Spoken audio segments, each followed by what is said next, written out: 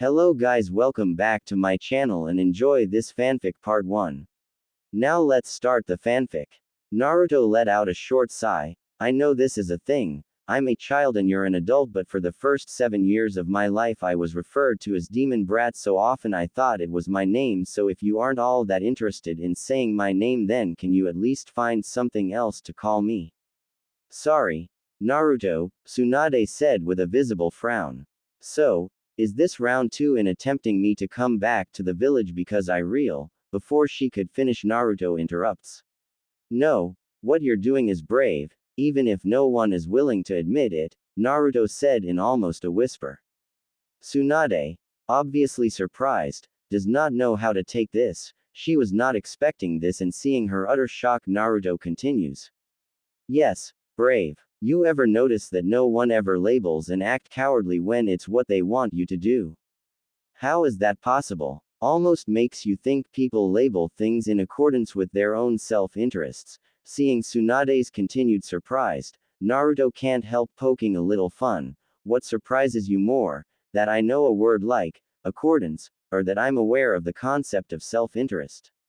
Naruto asks through a series of chuckles. What the hell? Gah, Naruto. Where was this yesterday? You looked like you were ready to fight me when I trashed the Hokages and the village, so why the turnaround? It's simple, that was for Jiraiya. It's an adaptive strategy. If people don't show me the real them shortly after meeting them, I won't show them the real me. Jiraiya wanted to act the super pervert instead of the shinobi I knew him to be, and when he trained me for the Chunin exam finals he was mostly interested in the fox instead of me. He made his choice, so I gave him what I give everyone else, the hyperactive loudmouth. And what have I done to earn your true self?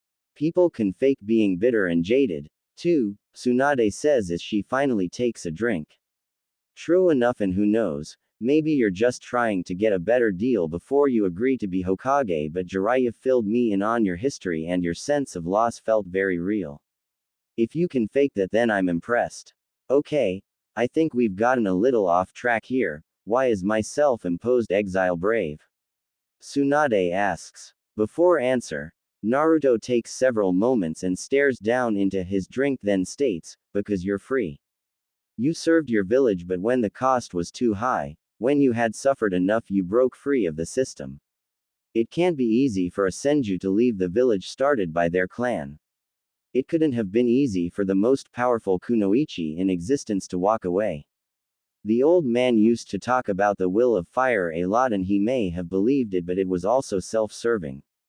You walked away because you had enough when almost everything in your life would have told you to do otherwise. You didn't do the easy thing. I don't care what anyone says, getting out is brave. I wish I were that brave. Naruto, what happened to you? Why do you wish to leave the village so badly? Jiraiya made it seem like you wanted to be the Hokage, and it isn't easy to fool seasoned shinobi, so what gives? Tsunade-san, how much do you know about me? Naruto asks. Not much. Mostly just Jiraiya's impression of you, but I also know about the fox, which I'm guessing you assumed since you already mentioned it, Tsunade said with a smirk. Yay. I figured you did, and even if you didn't, I'm just not sure I care to keep the worst kept secret in the elemental nations anymore. But yes, I house the fox, and because of it I am not particularly popular in the village. That's actually putting it mildly. I'm actively hated. By the civilians, by shinobi. I was isolated from most everyone in the village, and honestly that was preferable to the occasional bouts of physical abuse I'd experience, Naruto expressed, matter-of-factly. Surely there are some people who cared for you and you them. Jiraiya mentioned you and Sensei were close, prodded Tsunade. Ha ha ha. Tsunade-san, you may want to stop relying on Jiraiya's intel, it isn't quite accurate. I was, once, close to the old man. I truly saw him like a grandfather and believed he saw me like a grandson until I noticed he'd continually lie to me. There was also the fact that I've seen how he treated his actual grandson. What he showed me is pity, and what he wanted was for me to ease his guilty conscience. That's not genuine affection, that's being used, and he was entirely too comfortable with using me as long as he could dress it up in pretty words. Naruto said, barely holding back a sneer. Did you know I didn't know about my burden until the night I became a genin? Not only was this information provided to me by someone who wanted and attempted to kill me, but the emotional shock could very well have, if not for the intervention of my academy sensei. The old man's justification for not telling me is he wanted me to have a normal childhood, but that clearly had failed. I was kicked out of an orphanage and had to get my own apartment before I was old enough to join the academy. How is that normal? The best I can come up with is the old man thought if I knew how unfair the villagers were being, then maybe I wouldn't want to protect them, maybe I'd stay a civilian and eventually leave. But he couldn't have that, no. No matter how sincerely the old man felt for me, if it came down to it, I was a weapon and property of the village. Sensei had his faults, Naruto, but I think you may be drawing conclusions on thin evidence, Tsunade retorted. Really? Have you ever met someone who believed in the concept of the needs of the many outweighing the needs of a few than the old man? Because I haven't, and that's the only way his inaction to stop my suffering makes any sense. I don't want to hear any bullshit about he was a tired old man. If that's the case, he would have had Jiraiya track you down years ago, but he didn't. He spoke so much about the will of fire and how everyone in the village is like family, but you know what? Sometimes families sacrifice for one member of it, sometimes the good of the few does outweigh the good of the many. He never saw it that way, but tellingly, the good of the many seemed to never require a sacrifice of him, said Naruto. Okay, I can see how you could come to that conclusion, but what about this sensei that helped save you? Surely his intentions were pure, right? To this, Naruto laughs again and then replies, my sensei, Iruka, believed he was doing me a favor by managing to overcome his initial hatred of the fox and thus me. He wanted a pat on the back for managing to treat me fairly and buying me ramen every once in a while. However, said sensei that cared oh so much never caught when the other instructors were teaching me improperly, if they taught me at all or screwed with my tests. He accepted that I was a dead last with potential, I just didn't try hard enough to tap into, and just like the old man and Jiraiya, I decided to give them the fool they wanted. Besides, Tsunade-san, would you credit someone for managing to see past your gender to treat you fairly? No, I wouldn't. You've got me there, Naruto, Tsunade said as her frown deepened, which Naruto noticed. I'm sorry, Tsunade-san, I didn't ask you to meet me so I could depress you with my sad little life. I just wanted to point out that regardless of what you've done since you left the village, staying away wasn't some betrayal of higher principles. And while the village does need a new Hokage, did Jiraiya ever ask if the village was deserving of you? I doubt it. I often wish I could leave, especially now. I have very few reasons to stay, most of them based around fear. Fear of the hunter nins, fear of the gang of S-class shinobi hunting me, and just fear of the unknown. I feel like trapped and I couldn't try to convince you to come back to something I dream of escaping. Tsunade takes several moments to digest what Naruto has just told her, having trouble organizing her thoughts but feeling the need to know the boy has some comfort. She asks, Naruto, is there anyone in the village who cares for you and you them? What about your classmates? Jirai, damn it. Naruto chuckles before he responds. Jiraiya mentioned how a class full of clan heirs is talented and close. They are close to each other, for the most part, but none of them are my friends. As I said, the academy sought to make me look like an idiot, and because there was no punishment for doing so, I became an easy target for bullying. Anytime you needed a self-esteem boost, just go mock Naruto, since that's what he's good for. So, they too got the fool. Yes, I could have been closer to my actual personality, but why would I? Most of them didn't actually want to know me, and my being seen as an idiot was safer than being competent. A stupid demon gets to live. With an unshed tear, Tsunade asks, was there anyone you cared for? Naruto immediately looks away, debating whether to divulge this or not. Taking a deep breath, he answers, yes, there is.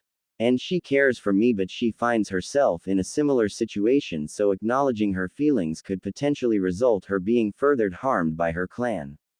If you don't mind, I'd rather not say any more about it. To which Tsunade nods. That's a lot to take in, Naruto.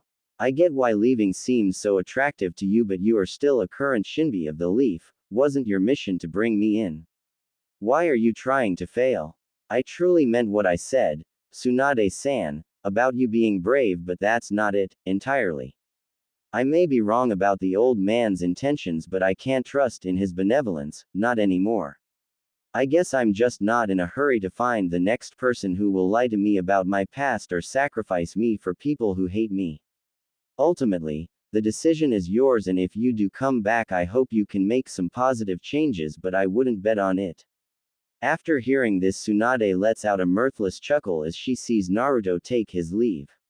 Right before he reaches the door, Tsunade calls out, Naruto, you said you wanted to leave, especially now.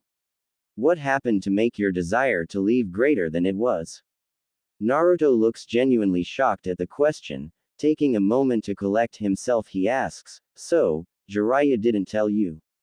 Seems like he left out something important. The reason I want to leave the village is because of what happened during the Chunin finals. War is hell on everyone, Naruto, so I can imagine the invasion was too. Before she could finish, Naruto interrupts. No, not the invasion. I'm talking about the actual finals. I can't believe you don't know this already, but during my match of the finals I did what many see as unforgivable. What's that? Tsunade asks. I killed Sasuke Uchiha. Tsunade sat at the bar, trying to digest all of what Naruto had told her, desperately trying to make sense of it. Hey, the name makes sense now, she thought. In 24 hours, she had been asked to return home, to lead and protect a village that is seemingly quite different than what she left. Tsunade was the opposite of naive. Leaving through war will do that, but even in her justifiable bitterness, she never thought Konoha would fall so far. And to think, being visited by a certain snake wasn't the most alarming event of the day. Clearly, she needed to talk to Jiraiya and get a better picture of the village and a certain blonde-haired, blue-eyed genin.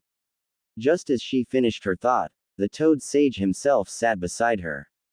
So, how much of that did you hear? Tsunade asks, never taking her eyes off her drink. All of it. I followed him here. It isn't safe for the kid to be left unattended. The way the kid tells it, it rarely has been, stated Tsunade. Jiraiya sighs, as if a lifetime of poor choices are coming to a head. Mistakes were made. Sensei believed in the village and their ability to recognize what Naruto truly was. I wanted an out, and being the spy master gave me the perfect excuse.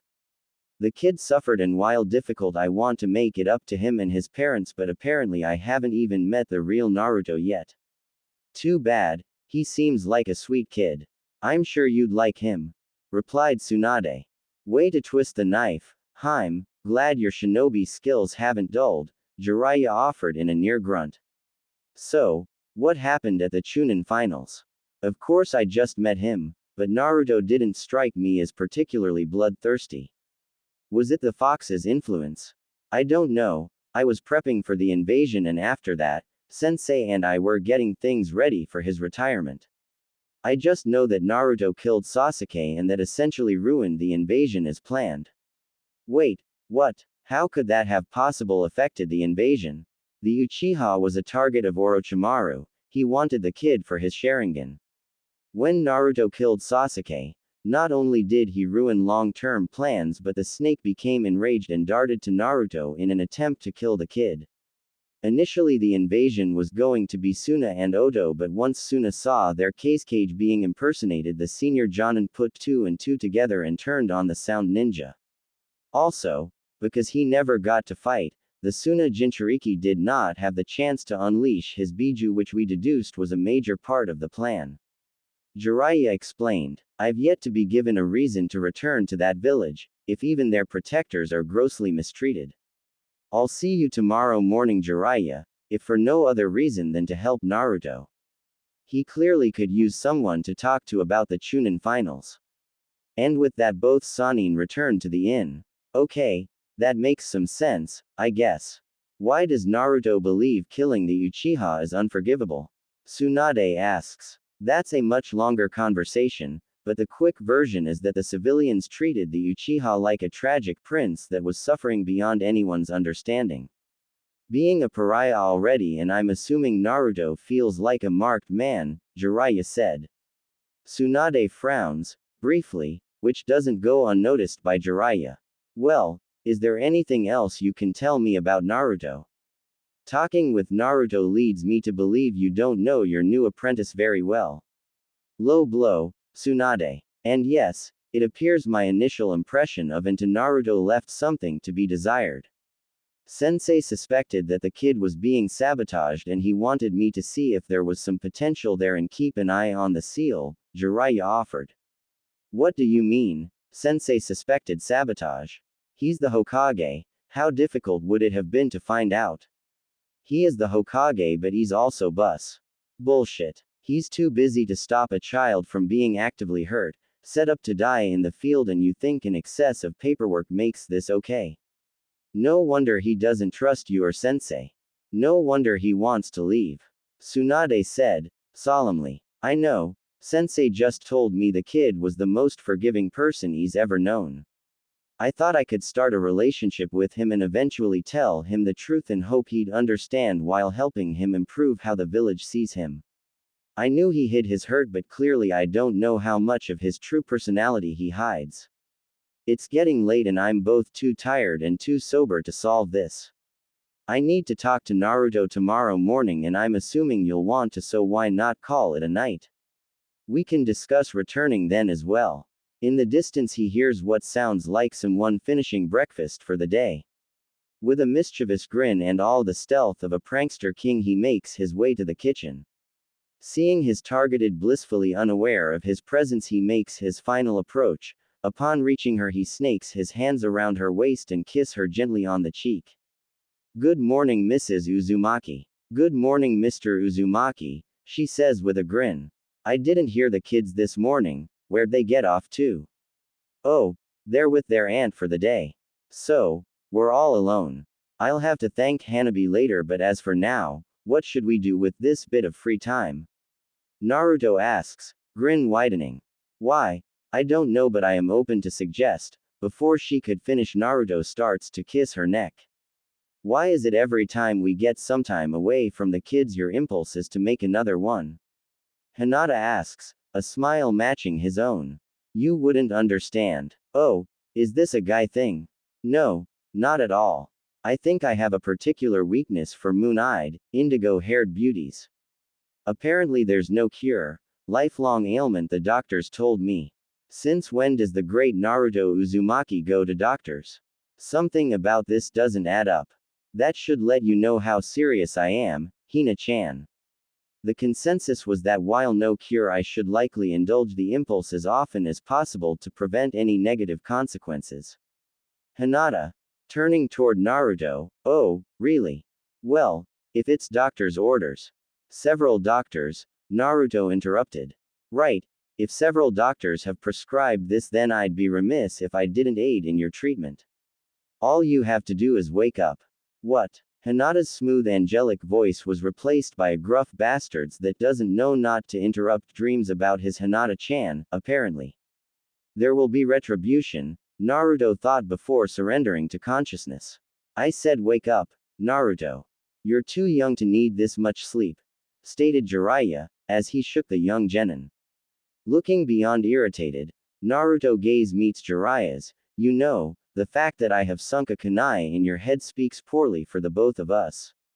I don't think anyone should be allowed to insult the great Jiraiya like that. So, how about you create a shadow clone and kick your OWN so you learn some respect for a great shinobi, and I'll be here sleeping when you get back. My lack of training will be punishment enough. Naruto's diatribe was met with snickering from two unfamiliar voices, causing him to immediately sit up but relaxing when he sees it's Tsunade and Shizune. Letting out a small yawn, Naruto greets the two and then turns to Jiraiya, with a barely hid scowl. Why did you wake me up so early, pervy sage? Turning to Tsunade, did you agree to come back to the village, Tsunade-san? No, Naruto, I'm still very much against returning to Konoha to be the Hokage. Jiraiya and I just wanted to talk to you about some of the things you said last night, particularly regarding what happened during the exam. Oh, Naruto said, mildly surprised. I figured Jiraiya would have filled you in after I left. I assumed he was listening to our discussion. Am I right? How did you know I was there, Naruto? Not even seasoned sensors can pick up my cloaking jutsu, Jiraiya stated in disbelief. I didn't say I knew you were there, I said I assumed. I made no attempt to hide my leaving last night, nor did I make it difficult to find me, so I figured you'd want to know where I was going and what Tsunade-san and I discussed. That's not really a Nara level deduction. Okay, kid, fair enough, but this is something we need to resolve. Why did you hide how you really were? Why did you hide how smart you are, and what else are you hiding? I met you outside of a onsen, peeping on women. During our first training session you stated what you'd mostly be focusing on is summoning in me utilizing the fox's chakra. Against my objections, I might add. If you weren't giving me the bare minimum in instruction, you were mocking me for my lack of progress. In any of that, what would make me want to reveal myself to you? And on that note, what are you hiding from me?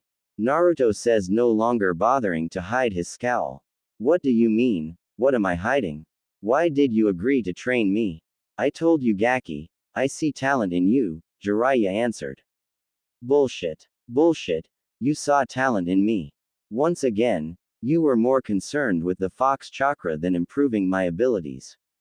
Add to that, the only talent I've ever demonstrated was for infiltration and trap making. That'd make Anko Mitarashi an ideal sensei, not you who has been a front-line fighter most of your career. You forget I'm the village's spy master. I just don't forget I'm a war deterrent, and they'd never give me that long a leash for fear something would happen or I'd escape. So, Jiraiya, why did you agree to train me? Jiraiya was now at a loss for words. Should he reveal his ties to Naruto now or wait? With a heavy sigh, Jiraiya sticks with his story. Naruto, listen, I truly believe you have talent. Even outside of the Biju chakra, I think you can be a great shinobi. I'm sorry our time before the finals wasn't what you wanted, but that chakra is too potent a trump card to not develop. Naruto's eyes become glacial as he asks, what good is a trump card if it's your only card? What good is utilizing the fox's chakra if all my other skills are shit? Unless your concern is training a weapon and not a shinobi. But before Jiraiya could respond, Naruto's facial expression adopts an appearance Jiraiya is more familiar with. Don't worry about it, pervy sage, Naruto says at a near shout, with your help I'll be a kick-ass shinobi at no time. Watch out, Ba-chan, he says to Tsunade, because if you do accept the hat I'll be there shortly to take it from you, Datbeo. Naruto, please don't do this. Tsunade says. Don't do what? He wants the truth but won't provide any to me. Fine. While you're here I won't, but Jiraiya, I'm not an idiot. You have precisely 2 reasons to train me. The fox and a connection to my past. I know Sarutobi knows who my parents are. I suspected you do, as well. What could be so dangerous about telling me? They must have been important. But wait, blonde hair and blue eyes, there was someone famous who had those features. Would explain how he had access to me. When Naruto says this, Jiraiya stiffens while Tsunade's eyes widen.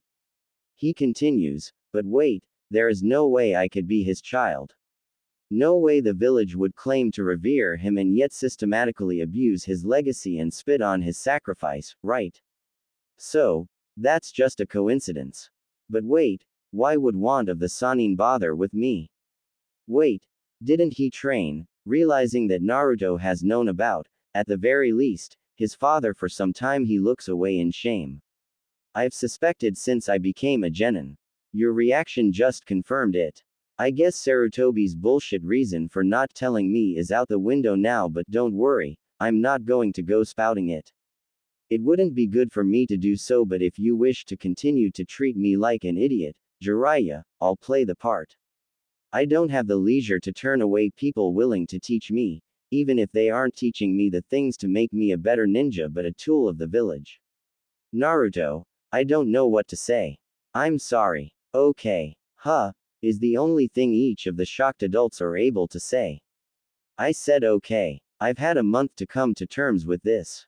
I'm not saying I necessarily forgive you, but actively being mad at you harms myself more than it does you, and I don't like walking around angry all the time.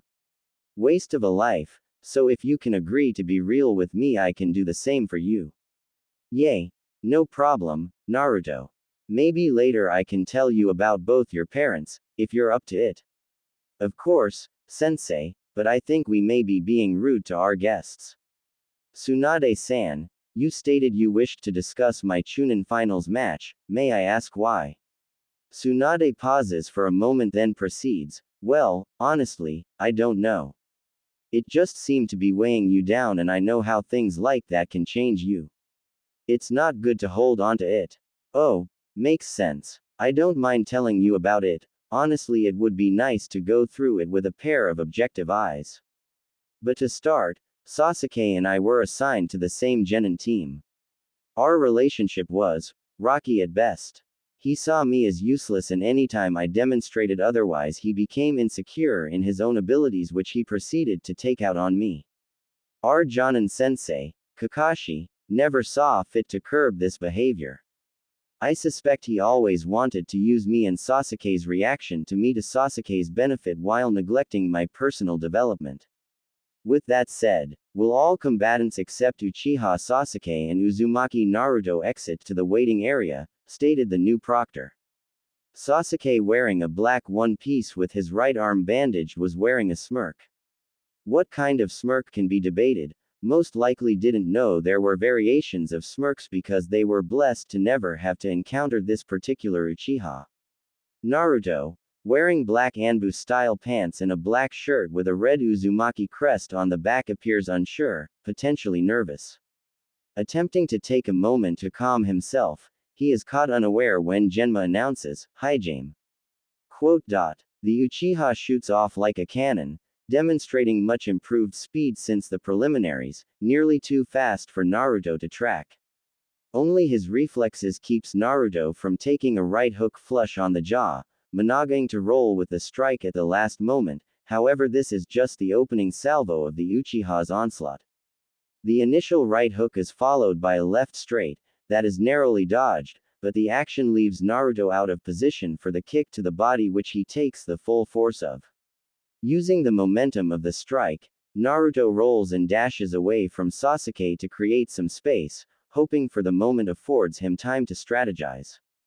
Seeing a small break in the action, the crowd erupts over the initial exchange. The pause in the action doesn't last long as Sasuke rushes towards Naruto once again. This time, however, Naruto is ready. Every strike Sasuke throws awards him a small nick or cut from Naruto's swiftly drawn kunai. Small wounds across his arms may not have concerned the nascent Avenger, but the deeper cuts on his right leg, right above the knee, may limit his mobility, at least Naruto hopes. Preparing for another rush, Sasuke starts to speak. Why so quiet, Dobi? Normally, we can't get you to shut up for a moment. You love attention, right? So, why so silent? You can't be worried about losing, that was always assured, so what is it? Embarrassment in how bad you're going to lose. You've always been an embarrassment, so that can't be it. Come on, Naruto, speak up. Maybe it's because you realize no one gives a damn about you. To this, Naruto flinches. Yes, that must be it. Hey, can I tell you a secret, Dobi? Some of us knew, we knew the academy instructors used to screw with you. I knew, and if I did, then you have to assume Shikamaru knew as well, and yet no one ever did anything on your behalf but mock you. Hell, you think of the Hokage as a grandfather, and yet has he ever offered to train you, to help you be a better shinobi in any way? No, why would he? It was decided that you would be the dead last and no one bothered to challenge it. Hell, even you gave up and filled the position. No one believes you have talent, no one believes you can succeed. Hell, why would the Hokage put you on a team with people that actively hate you? During Sasuke's diatribe, Naruto fights back the tears. While having considered these points, Having it called out in the view of hundreds still stings, but for some reason he can't bring himself to react. Face it, everything you want, I have or readily discard it. You so crave bonds and honestly have no real ones. And if there is something that you want in your future or someone, just know there would always be someone superior, someone more acceptable to make sure you never get it. Quit now, Dobie. Don't make me expose you any further. Don't assume that which you try too hard to keep secret actually is. Naruto instantly knows Sasuke is now talking about Hinata, but how? They've always been careful, but beyond that this arrogant prick has crossed the line. Before he can even ask, Naruto is covered in Biju chakra.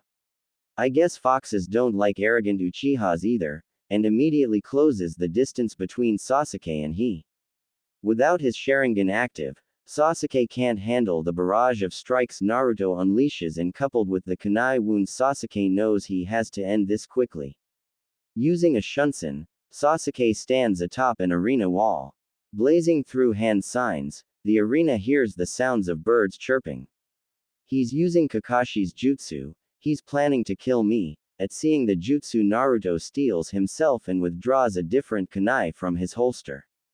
A split second later and Sasuke darts down the wall and immediately heads toward Naruto. 50 feet out, Naruto tosses his kunai, appearing to miss Sasuke entirely. Closing the distance, Sasuke rears his hand back, prepared to stab Naruto, and just as he is about to touch the blonde, he is greeted with an explosion. Wait, how did you cause the explosion? Tsunade asks. The kunai I threw, that I used a kawarimi with it, answered Naruto.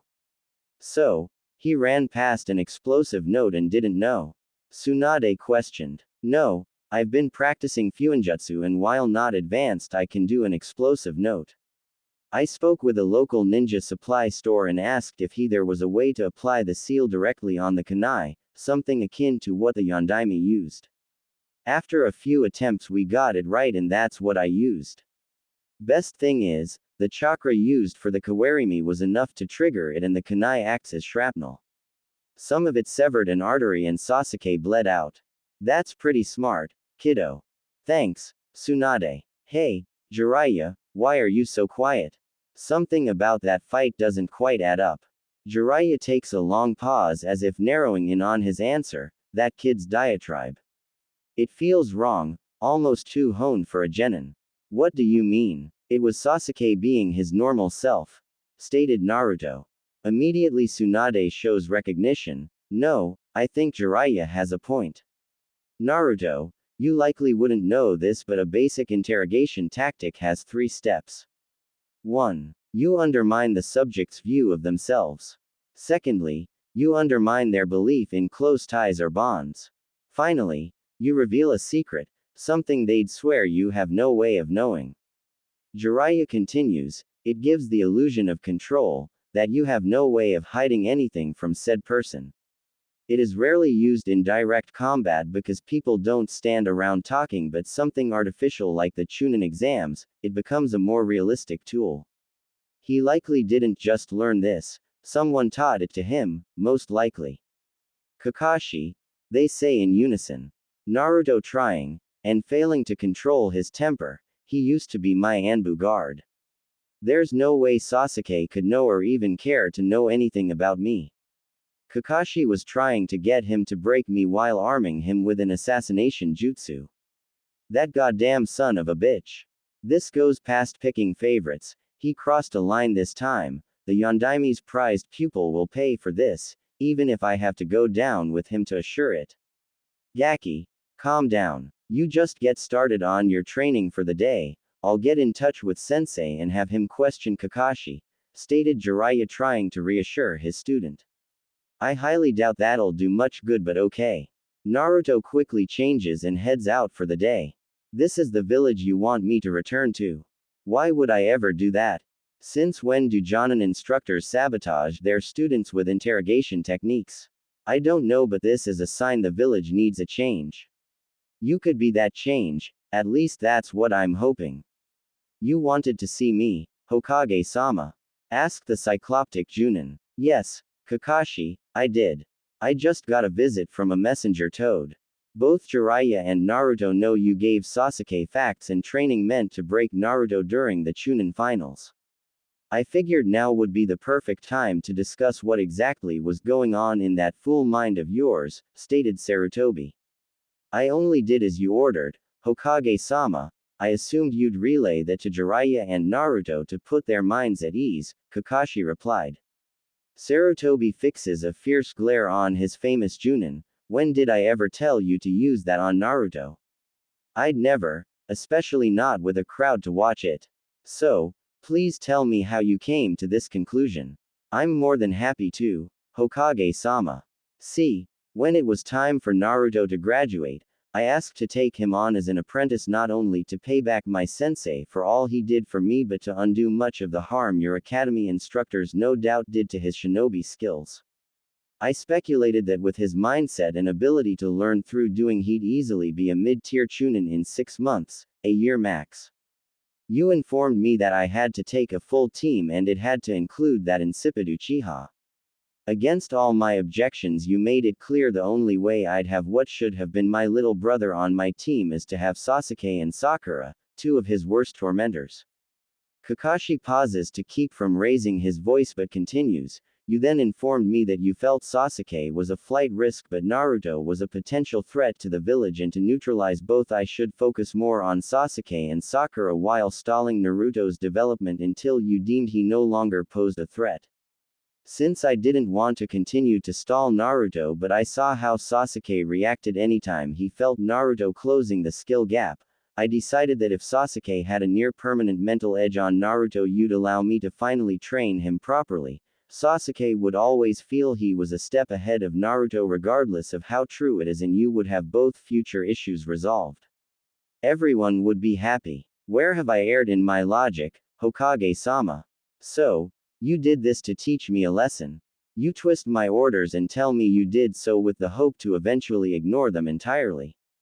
Sarutobi asked, with mild outrage. I'm sorry, Hokage-sama, I do not see the issue. A method cannot be judged simply by the result. I made Sasuke promise to never use that jutsu, a jutsu I was encouraged to teach him, on a comrade. He did, essentially making the fight a deathmatch and he lost. When Naruto gets back I'll explain everything and we'll begin his training in earnest. Kakashi said, indifferently. Have you gone mad? No, you will not inform Naruto that I've had you delay him, he must never know I've made such a request. I fail to see why, Hokage-sama. You are retiring, surely you care not for the opinion of a single genin. Besides, I need straighten out my relationship with Naruto.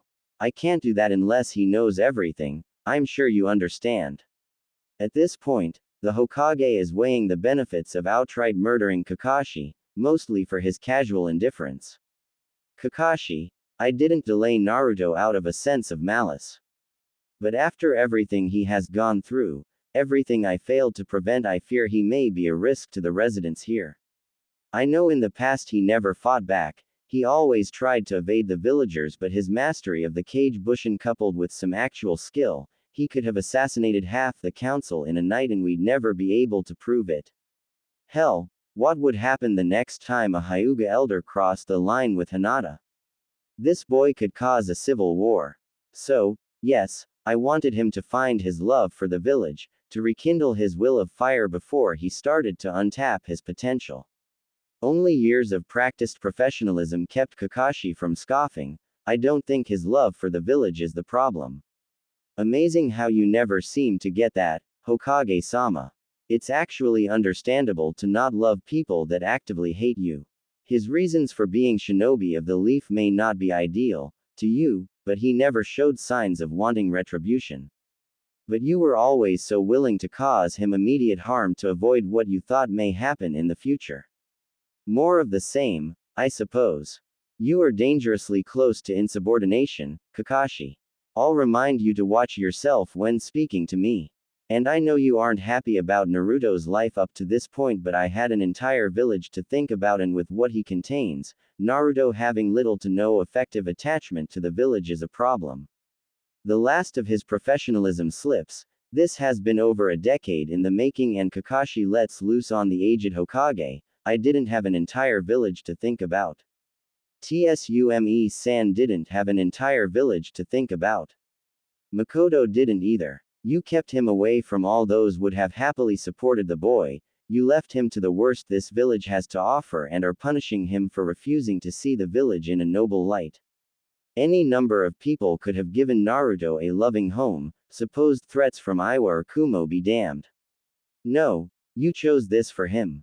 You chose his misery and acted like buying him ramen made it okay. Sarutobi hangs his head in shame. When you're making this decision one at a time, you're putting out fires and you don't see a pattern. Yes, taking a step back, I see what I've done. I see how having a limited view of Naruto's well-being and weighing it against the good of the village has put us in this situation. I'm not unaware that I've sinned against the boy, and maybe there were times I shouldn't have reacted as the Hokage but something else, but I've seen 3 shinobi wars and stared into the eyes of a chakra monster as it laid waste to my home. I watched the strongest leaf shinobi since the second have to sacrifice his son in order to stop a massacre beyond understanding. I just couldn't let that happen again. I couldn't let Naruto become a weapon for the clans or a ticking time bomb out for revenge. I couldn't let him be another Orochimaru. And through my duty I watched as the most open boy I've ever met became cold and manipulative. I know his affections for me haven't been sincere for some time now. I just hoped I'd be able to reach him, but the truth is I could never give him the 3 things he wanted most: the reason people hated him, the identity of his parents, or a way to leave the village. With tears in his eyes, Sarutobi continues, when Jiraiya and he return, we'll tell them everything and hopefully Naruto will have a better relationship with my successor. I hope I get to live that long. I'm pretty sure Jiraiya is going to murder me before we have a chance to discuss this, Kakashi states with his signature eye smile. Sarutobi chuckles, I'll make sure to inform him to come straight to my office when he returns so no accidents can occur. And with that, Kakashi shuns away. Moments later Kakashi appears in a par, and takes a seat on the bench.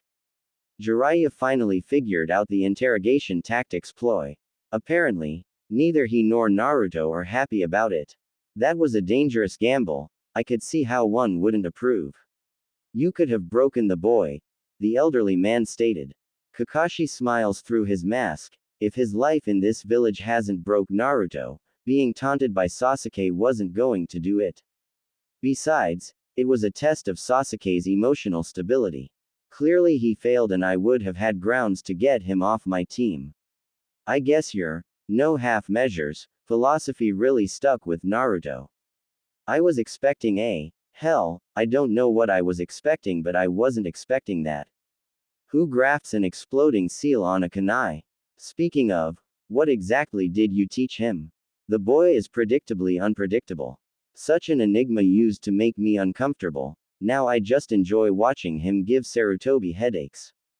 As far as what I taught him, since that fool Jiraiya was supposedly training him, I had to stick to ninjutsu and battle strategy. Best use of his shadow clones. I won't get into specifics, but since he already wants to fight you, I'm sure you can bait him into revealing some of his cards. Just watch out for his kunai, the old man laughed. Hi, Danzo-sama, have you been waiting long? No, Jiraiya-sama, I've only just arrived myself. Haven't even had time to order a drink, not that I drink.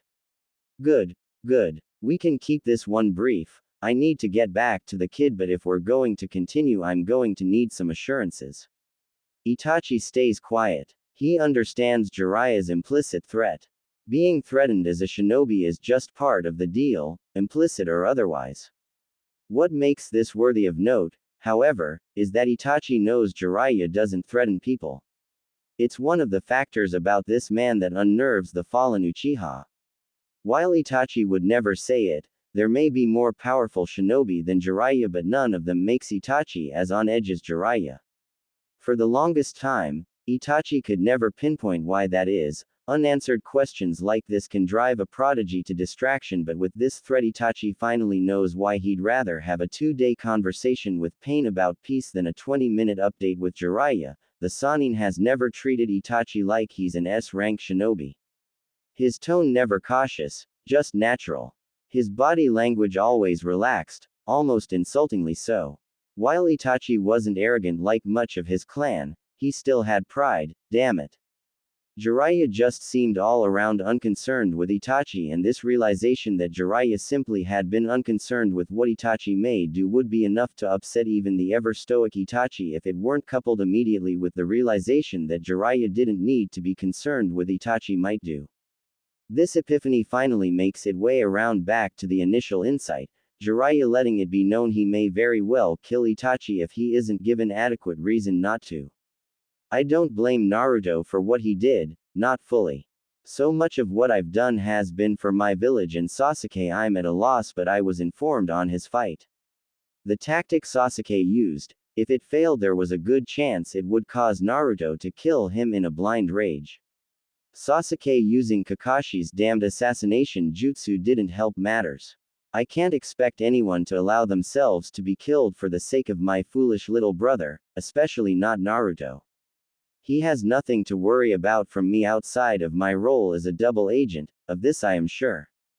Jiraiya stares intently at Itachi as if he's trying to find even the smallest hint of dishonesty in the boy's words. When he is satisfied he cannot, he starts to go but leaves Itachi with this, "You know, I hear a certain snake is in town.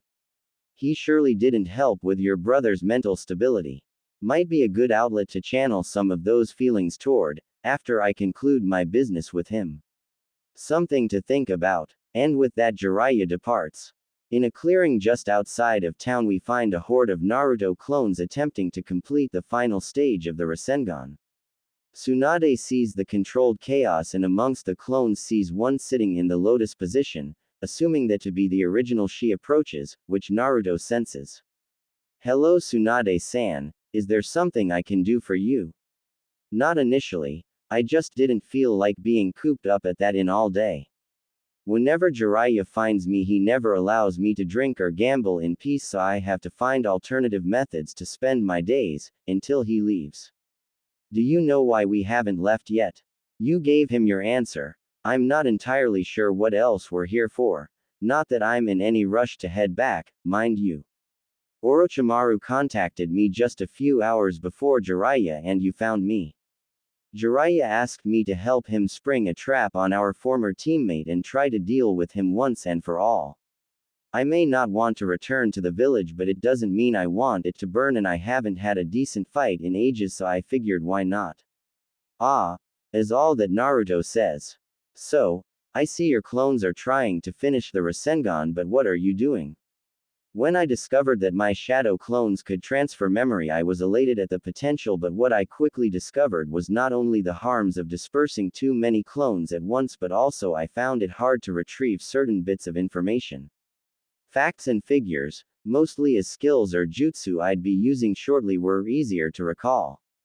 I figured since I don't have a photographic memory I'd need to find a way to store this information, and it just so happens the Konoha library had a book on developing a mind palace.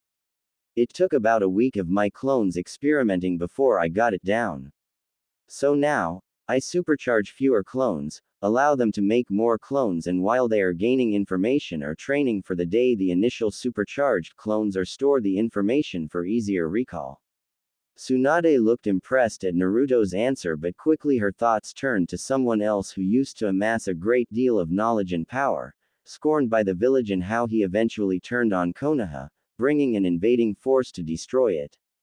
Tsunade hoped Naruto wasn't on the same path. "Naruto, why do you train so hard? I know it isn't for the sake of the village, so what drives you?" Naruto his an eyebrow at Tsunade's seemingly direct question, taking a few beats before answering. "I'm not sure I have just one reason, Tsunade-san. Part of it is so I can protect myself, however I'm more than enough for any group of civilians, and outside of the invasion I doubt a fellow shinobi would attack inside the village. Part of me loves learning about the shinobi arts, I find them fascinating, how the seemingly impossible becomes possible. Another reason is because of my first C-rank mission.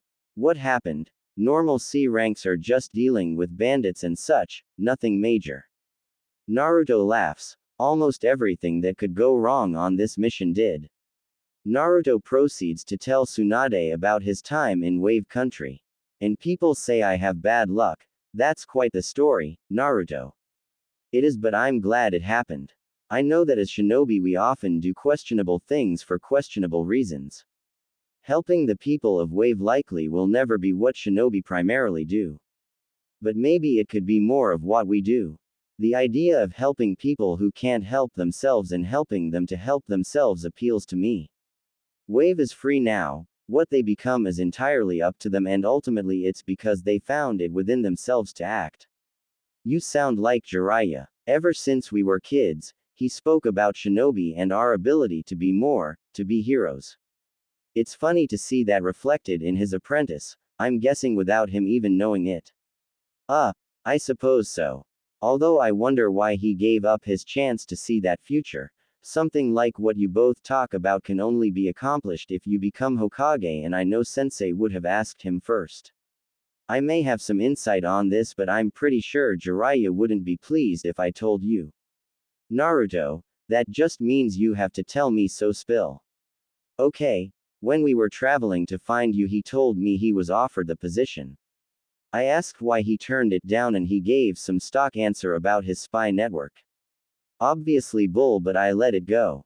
Later that night, we arrive in some small town and check into an inn. Jiraiya immediately leaves and returns a few hours later drunk off his but still lucid enough to converse with. Seeing my opportunity, I asked him again why he turned it down. Jiraiya stated that him being Hokage would be of a similar mold. The cages are always known for their destructive capabilities. He said that you have something no other cage has, not only the power to protect your village, but because you are known as a healer you can help people, starting seeing shinobi as more. Jiraiya theorized that as long as cages are chosen primarily on battle capabilities, war is inevitable. Tsunade can only sit there in stunned silence. While she often treats Jiraiya like an annoyance and a pervert, a pattern they established early as a genin team, she knows there are depths to him that people rarely see, but to think he'd place this much faith in her was astounding. Maybe she could. Jiraiya, how do you respond to something like that? I just stared at him and me and then asked if he really just said that. He replied, with all seriousness, Tsunade-san, when you're going to be the best to ever do it, concerns about sticking out become immaterial. Jiraiya can barely contain his laughter at the exchange between his apprentice and teammate. Jiraiya, himself, had attempted to get the young shinobi to let go of that orange jumpsuit, but to no avail. Naruto actually lectured Jiraiya on the absurdity of criticizing the jumpsuit. Points ranging from, what kind of sense does it make to look like a shinobi if avoiding attention is your goal? To, I'm having a fight in a stadium full of people, stealth will hardly be an issue, pervy sage. You doubting the orange makes me question your greatness. After that he vowed to just leave the topic alone, guessing everyone who meets Naruto has to learn this particular lesson. Suheim, you have to admit that Kushina would have said something similar. Hell, for all I know, she had said something similar at some point. Girl didn't suffer from a lack of confidence. Thinking back on the Uzumaki, Tsunade smiles fondly. No, she really didn't. The room falls silent. Jiraiya notices Tsunade seems to be building up to say something, seeing the internal conflict play out on her face. I was happy in my misery, you know. Then you two show up. Why couldn't you have just left me alone? But no, you and the kid come here and now I'm actually considering going back. Damn it. You always do this, Jiraiya. I always do what? You put ridiculous notions in people's heads, like peace in the elemental nations, and you're so goddamn sure you make people want to believe you. But what does peace for shinobi look like? We order children to slit slightly fewer throats. You don't know, but you filled that kid's head with your nonsense, and he reminds me of Nawaki in so many ways, but also what Nawaki could have been if exposed to the darkness too long. Naruto, he's like afraid of his natural brightness, the sun that prefers cloudy days, and I don't understand how my village, the legacy of my grandfather, could do that to a child. You want me to go back, but I know nothing of the village, so how can I lead it? Why are you sticking me with this? I don't know what Naruto has said to you, but I'm not sticking you with anything. I wouldn't be leaving you alone, but you are the best for the position. You must realize it since you don't claim otherwise. Tsunade, it's time to come home. It's time to give Shizune the option to settle down. And it's time for you to save your family's legacy. Sensei has been consumed with his failures and prevention to focus on positive change.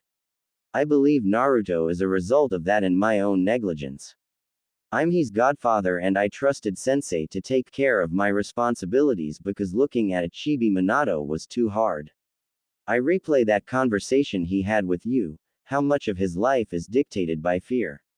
I need that to change. I believe he's the child of prophecy. Every time in the past I believed I found him, I trained them but left the hard parts to them and each fell before they could truly make a change. I don't want to do that this time. I can't just give Naruto the weight of the world and tell him to figure it out. I also can't leave it to him if he doesn't see the world as worth saving. Did you notice he never refers to Minato as his father, only his title? I think he resents Minato and his sacrifice. He may very well resent Sensei, too. If Naruto remains isolated, he may not be willing to do what is required of him. So, you're using us both for your own goals. Yes. If that's really how you see it, then yes, I'm using you. Seriously, Tsunade, you aren't a puppet. I just think you both can make positive changes to the village and the shinobi system if given enough time and support. There isn't any hidden schemes here. I'm pretty open about why I want you to come back. But you aren't with him. Are you going to tell him you believe he's the savior? No, because he's not ready yet. I need him to become more attached to the village, to believe the will of fire is more than the source of his misery. When that changes, then I can tell him about all of this. Tsunade, never known for her patience, is quickly running out. It has been the source of his misery. You needing him to not be aware of it before you reveal your scheme doesn't change that. And what about considering what he needs? You know, like having his opinions validated. Someone acknowledging he's gotten a raw deal, that he was denied even the memory of his parents. You may believe he has this grand destiny, but how can you show up after a decade-plus absence and then just shove this on him? It's not fair. Are you sure you're coming back, because it doesn't sound like it? As far as Naruto, I'm not going around in circles with you. Sometimes you're called for a larger purpose, regardless of if you want it or not. The kid is meant for more and I intend to start preparing him for it. Hypocrite. I'm sorry, Tsunade, what was that? I'm pretty sure hearing is important for a spy, so you heard me. I think you're asking me for a justification, which I'm more than happy to oblige. You say people are sometimes called to serve, yes.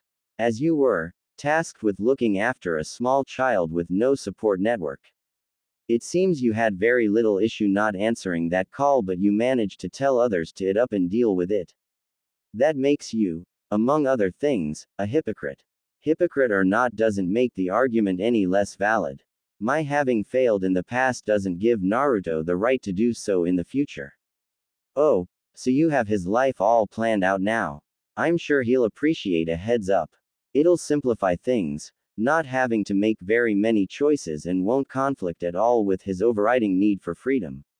Or in 5 years he'll snap and kill everyone he holds responsible for his enslavement, if he doesn't get himself killed, because there is freedom in death. To this, Jiraiya can only look on, mortified. He knows she isn't wrong but can only hope Naruto is the child of prophecy and isn't irreparably harmed to the point of choosing the wrong path. Taking a moment to collect himself, Jiraiya responds, I can't ignore what he may potentially be, it isn't an option. I can try to make it up to him, try to give him now what I couldn't then, but it'll have to be enough. Sometimes not good enough has to be enough. Is it unfair? Yes, it is, and he may resent me for it for the rest of his life, but the world doesn't care. His enemies don't care, and time doesn't stop because he got the short end of the stick. The short end of the stick. You arrogant asshole, that's what you call my life. N Naruto. How long have you been here? Long enough to learn I have a new Hokage, a godfather and some bullshit destiny that I will bend to or else. So, not that long. Hey, Tsunade-san, congratulations. We should find Shizune-san and celebrate. Naruto, I know this sounded bad but please let me explain. What is there to explain, sensei? You say I have to do something and I have to do it. If not, you won't train me, and there aren't a lot of people that could train you to fight S-class shinobi, so I either obey or you leave me to get killed. More of the same, I suppose. So, Tsunade-san, what are you up for? My treat. Although, I guess I should start calling you Tsunade-sama, huh? Both Sanin can only look at the orange-clad ninja, neither knowing what to say. Naruto takes note of being studied, hoping they'll say something if he waits long enough. However, a lifetime of glares has left him with a low tolerance for being blankly looked at, so he continues. Why are you staring at me? It feels weird. If you need some time to decide, I can come back in a bit, see what Shizune is up to. Nay. Naruto, you heard some things before you were ready, and I'm sorry for that and for being entirely dismissive of my life, one you made a point to not be a part of. Naruto interrupted. Yes, that. I'm so. No, you aren't. Which is fine. On no grounds can I actively fight a Sanin, so you'll get your way, but don't apologize for failing to manipulate me, it's inherently contradictory. I wasn't going to manipulate you. Yes, you were, Jiraiya. Tsunade chimes in. It seems like you and Sensei both string information along to Naruto when you think he will respond as you want him to. That's manipulation. Be honest, would you have told him about his parents if he didn't already know? Would you have told him you're his godfather anytime soon? I would have when he was ready. This information leaking could be dangerous. To this Naruto could only laugh. So, I'm trusted to be a shinobi. I'm trusted to try to earn a promotion to receive increased security clearance and keep it a secret but not know about things no one had any right to keep from me. Also, if I'm your student, isn't the very act of being around you dangerous? I hate people who lie to themselves.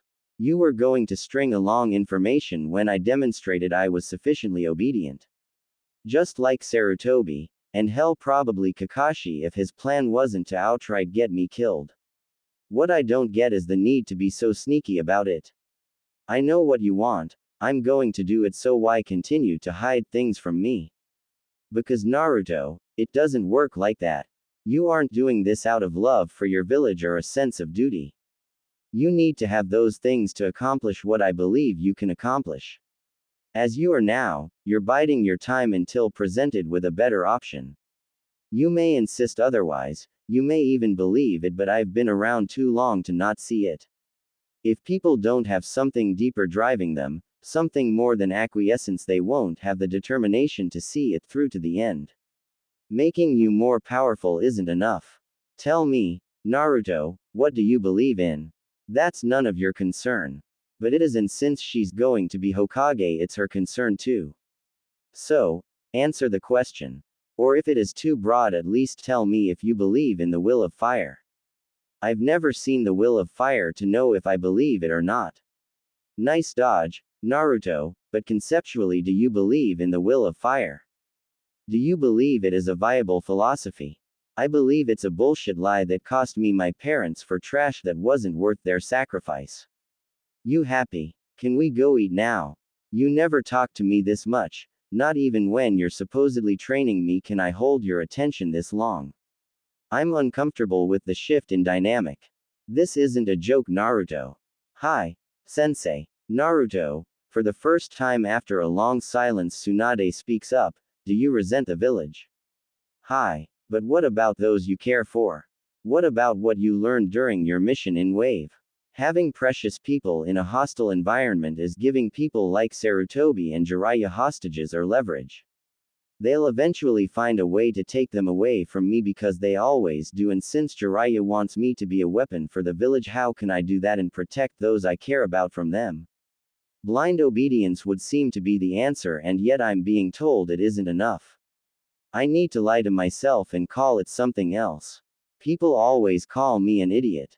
My stupid teammates loved nothing more than to call me Dead last, and yet I'm actively punished for demonstrating self-awareness. I can't win. You, Naruto pointing to Jiraiya, probably preferred the little hyperactive idiot that was filled with so much love for his village he'd do anything to earn their approval. As if I have anything to prove to them. Every word of Naruto's answer pierced Jiraiya's heart. Hearing how angry and resentful he is toward not only the villager Sarutobi but him as well hurts the Sannin more than he could ever articulate. Searching desperately for any argument that could sway Naruto but is coming up empty. The Toad Sage for the first time is truly afraid that all the choices made for Naruto have started him on a dark path, one they won't be able to change. Conversations with his sensei about the threat Naruto poses to the village are swimming in his head. Could sensei have been right? Jiraiya wonders. Tsunade, looking at the young ninja, sees not just her younger brother in Naruto but also sees a lot of herself. The fear of loss and sense of abandonment laced in Naruto's words were the same things that drove her away all those years ago. She understands that while it may take years for him to fully deal with these emotions, if left unchecked or handled improperly right now the harm may be irrevocable. Tsunade decides on a risky gambit. Naruto, how do you feel about your parents? I don't understand the question, I know very little about them. Hell, my mother may as not even exist as much as she's not mentioned in the village. Why do you ask, Tsunade-san? I'll answer that when you answer my question. How do you, right now, feel about them? Why does it matter? No one cared if I even knew who they were, so why does it matter? I told you I'd answer that when answer my question. Well, I'm not answering it. I'll be back later, I'm going to train. Jiraiya grabs Naruto by the shoulders before he can leave. Naruto, you need to answer the question. To hell with you, Jiraiya. I don't need to answer it, it's not important. It doesn't matter how I feel, it sure didn't matter to them. They left me alone. They chose the village over me and left me with people that were at best indifferent. They left me with no protection, no safeguards, but with an expectation I'd serve the village. They were cowards, they should have killed me, too. But they didn't, and they set the standard that everyone and everything takes priority over me. There, you happy? I hate them. They should have chose me. I needed them and it didn't matter. I need them and it doesn't matter. I'm alone and the people who should be here chose not to be, and if that wasn't enough the Yondaime cursed me on his way out the door. Naruto, it wasn't like that. Minato and Kushina, they loved you and I'm sure he sealed the Kyuubi in you because he believed in you. I don't care. I don't care if they loved me, I don't care if they believed in me. The love of dead people is worthless. If they loved me so much they would have found a way to stay with me, but they didn't. They chose the village and I'll always hate them for it. So, are we all happy now? You have even more reason to keep things from me or stall my progress, because I'd rather have your precious village burned to the ground if the cost of saving it was the life I've led. And now, having said this in front of the future Hokage, I get to go back to a potentially openly hostile village and wait for what the old man will do once you report this. God, guess I've given him reason to order that loyalty seal put on me, huh? At the mention of a loyalty seal, Tsunade and Jiraiya both look stunned. Tsunade manages to speak first. Naruto, I get that the village has made you suffer, but you don't honestly think Sensei would do that, do you? Why not? Wouldn't be the first time, would it, Jiraiya? Wonder what you and the Yamanaka would cook up this time to make sure I'm a good boy. Jiraiya, what is he talking about? It's not what you think. Sensei was trying to protect Naruto. Protect me? Bullshit. He was trying to control me and you gave him what he wanted. Tell her, Jiraiya. Tell her how I screamed and begged you to stop, to just leave me be. Only for 5 years later, when I refused to use the very power you all made me afraid of, you threw me off a cliff. So, you're in contact with it. Tsunade, what Jiraiya is refusing to tell you is that when I was 8 I managed to meet the Kyuubi while trying to unlock my chakra. I talked to him, and while he was all around unhappy to be sealed in an, I quote, a weak-ass kit, it was nicer to me than the villagers. I was so happy to finally know Know why they hated me that like the good little idiot I was I went to the person I trusted most and told him. Jiraiya, would you like to cover the rest? How you, Sarutobi and Inoichi snuck into my apartment under the cover of darkness. How I was only awakened because Kyuubi warned me. How the Hokage held me down as I begged him to stop, while he kept saying it was for my own good. Or how much pain the seal caused, how I screamed to make it stop. No. How about the suggestion Inoichi placed in my head after locking away the memory? Fear the Kyuubi. Don't trust it. Be defiant toward it. Although I shouldn't be surprised. According to the Kyuubi, Sarutobi had you do the same thing to my mother. Jiraiya, you didn't. It's not what you think. We were only trying to protect Naruto and the village. We couldn't risk the Kyuubi influencing him. You didn't have that concern during the Chunin finals. It was perfectly safe for me to access it then. Because I was there to watch you. I couldn't stay with you when you were young and had no training, so Sensei thought it'd be. Sensei. Sensei. Sensei. Always ing Sensei with you. You're a grown man, one that hopes to change the shinobi world, but you can't ing stand up to your sensei. Listen, Tsunade. I argued him down from the loyalty seal to just a memory containment seal. Just a memory containment seal. Okay. Tsunade crosses the room and fires a left hook at Jiraiya before he can act. I just broke several of your ribs. Jiraiya hits the ground like a stone, struggling to get a decent breath in. It's not her reaction that shocks Jiraiya, although she's clearly been keeping her skills polished, but what's missing from it? Tsunade's anger has always been like a hurricane, no subtlety. You know when she's mad, and it's never been particularly hard to get her to that state, but this is different. She's calm, too calm. She's either keeping a lid on it because she's beyond pissed and I may actually be in danger, or she's trying to keep calm for Naruto. God, I hope it's the latter, Jiraiya surmises. Fine. Poor choice of words. The Kyuubi is wholly unknown. The only people who can really interact with it are the containers. Sensei just wanted some security measures in place to make sure they weren't negatively affected.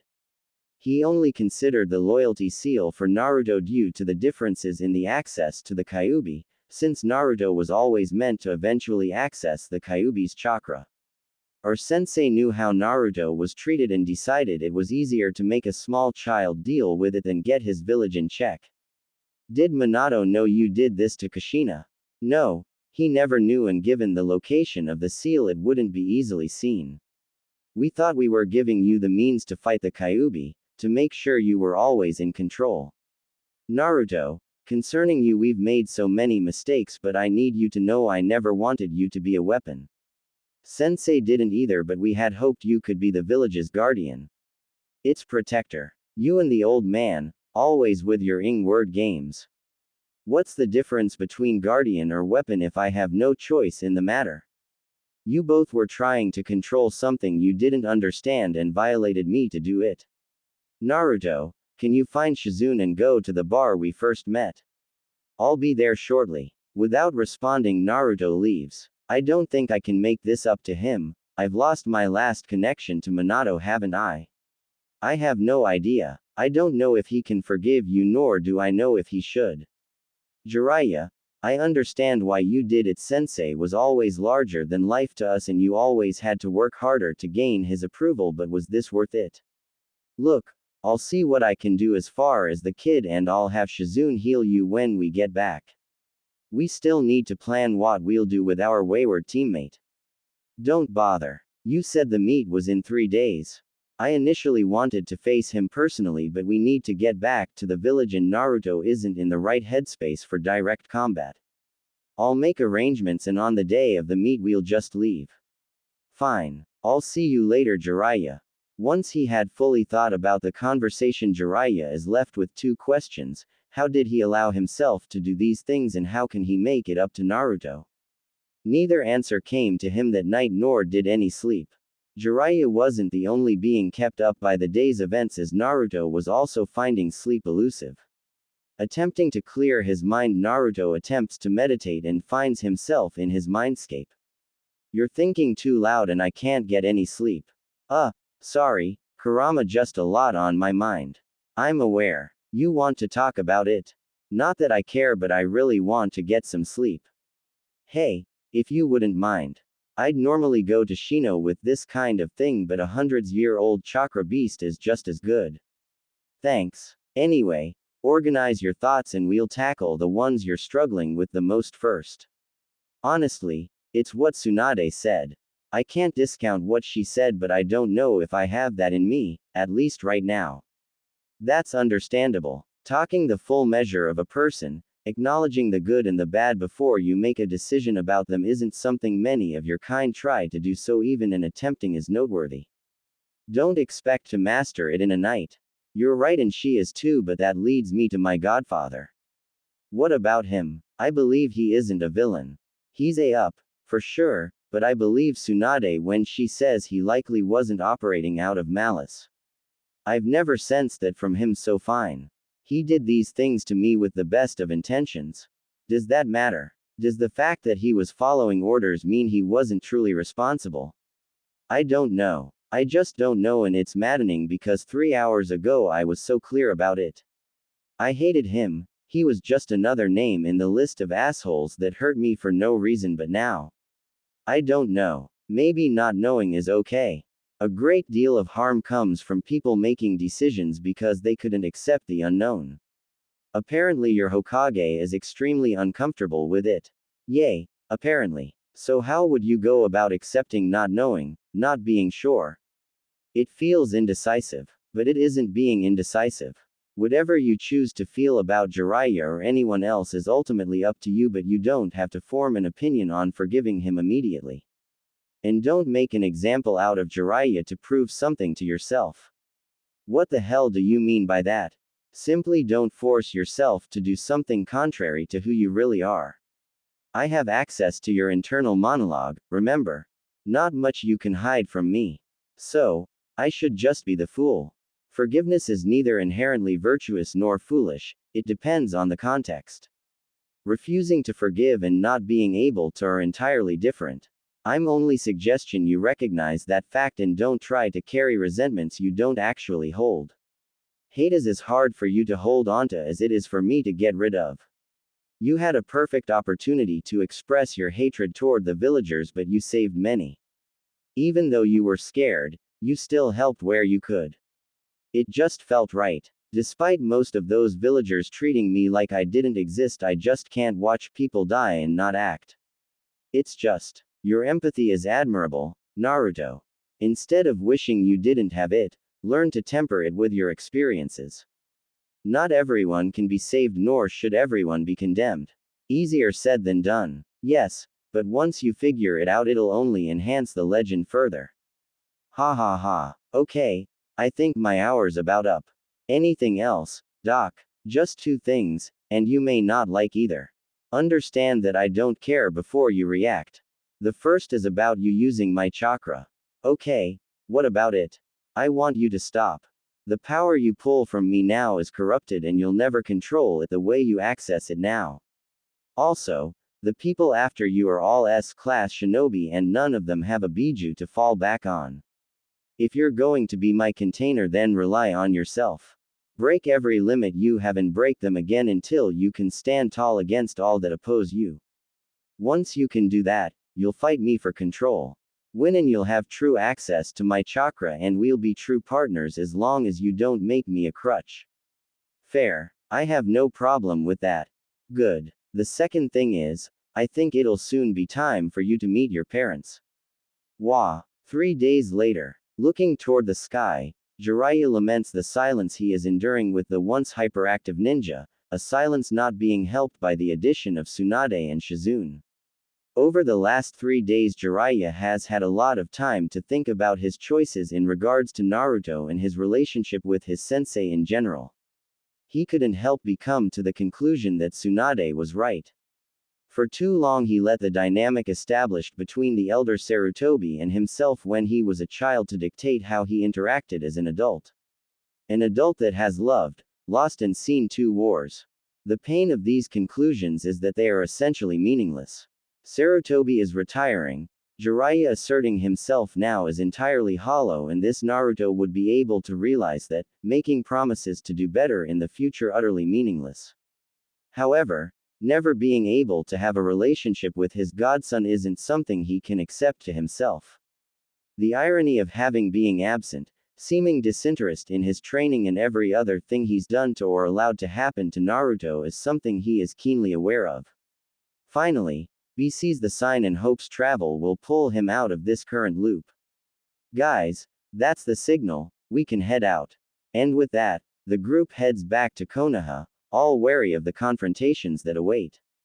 5 minutes earlier, in the clearing where Tsunade was to meet Orochimaru, we find two figures standing over two corpses. One covered in black flames, the other having his head thoroughly smashed.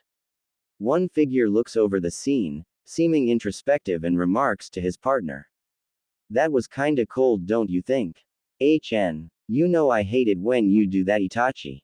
Use your words. That's how people communicate, and you're a people." "Fine, Kisame, what in the act of ruthlessly murdering these two do you find to be especially repugnant? You didn't let him get any final words." "Well, I am a shinobi.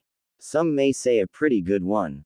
Okay, and I get that, but when you went rogue, you kinda agreed to some norms that we missing nin follow. Some like Orochimaru deserved some last words, it's simple etiquette. You cannot be serious." "I'm entirely serious. Look, Itachi, there are certain things that come with this lifestyle, and the guys notice when you choose to not fit in.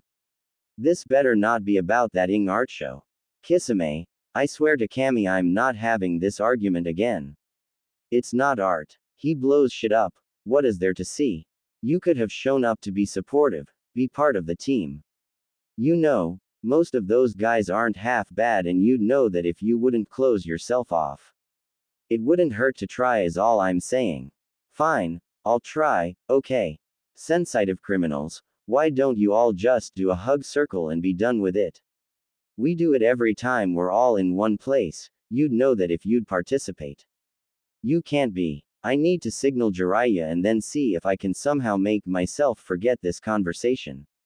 "You're so cold, Itachi-kun." 1 week later. One would find the sight fascinating if it weren't so depressing. For the entire trip Naruto was full of energy, making conversation with Tsunade and Shizune. He reveled in having travel companions that actually valued his company. What a novel concept. However, as the gates of the village came into view, the change was drastic. Naruto became quiet, his body looked as if every step was increasingly weighed down. It appeared as if proximity to the village caused him actual pain. The three adults all frowned at the change in body language. Trying to be encouraging, Tsunade places her hand on Naruto's shoulder and gives him a smile. He smiles back, it's small but sincere. He may not have many people that support him, and a part of him wonders for how long he'll be able to have Tsunade's and Shizune's, but he's decided he will appreciate and enjoy it for as long as he does. The two guards ask the group to check in, Naruto thinks. They actually sound miles away. His eyes are focused on his final destination. The old monkey and the Cyclops await, and the only question on his mind is how bad he'll burn the bridges between them. Closer and closer the building gets. This building at one time offered solace, as he knew a supportive person was waiting behind its walls. But as time moved on, it became a representation of the false life he was forced to live. Even his Gigi lied to him. How can he trust anyone if he couldn't trust his grandfather? How can he really trust Tsunade? He immediately dismisses the thought, although wondering if his mistrust in the position of Hokage is a final attempt to give the man he once adored an excuse, and out for his actions and inactions, protecting himself from getting too close to these new people, or possibly both. A part of him knows it's too late. He's felt Tsunade a kindred spirit since that discussion at the bar. Not for the first time he wishes he were better at keeping people at arm's length. Some may say that his act was just such a method, but Naruto knows better. When everyone else lies to you, you cannot afford to lie to yourself. Yes, he presented a heightened version of himself, but the rejection from his peers or the village in general still hurt. It still does, and he hates that they have that power.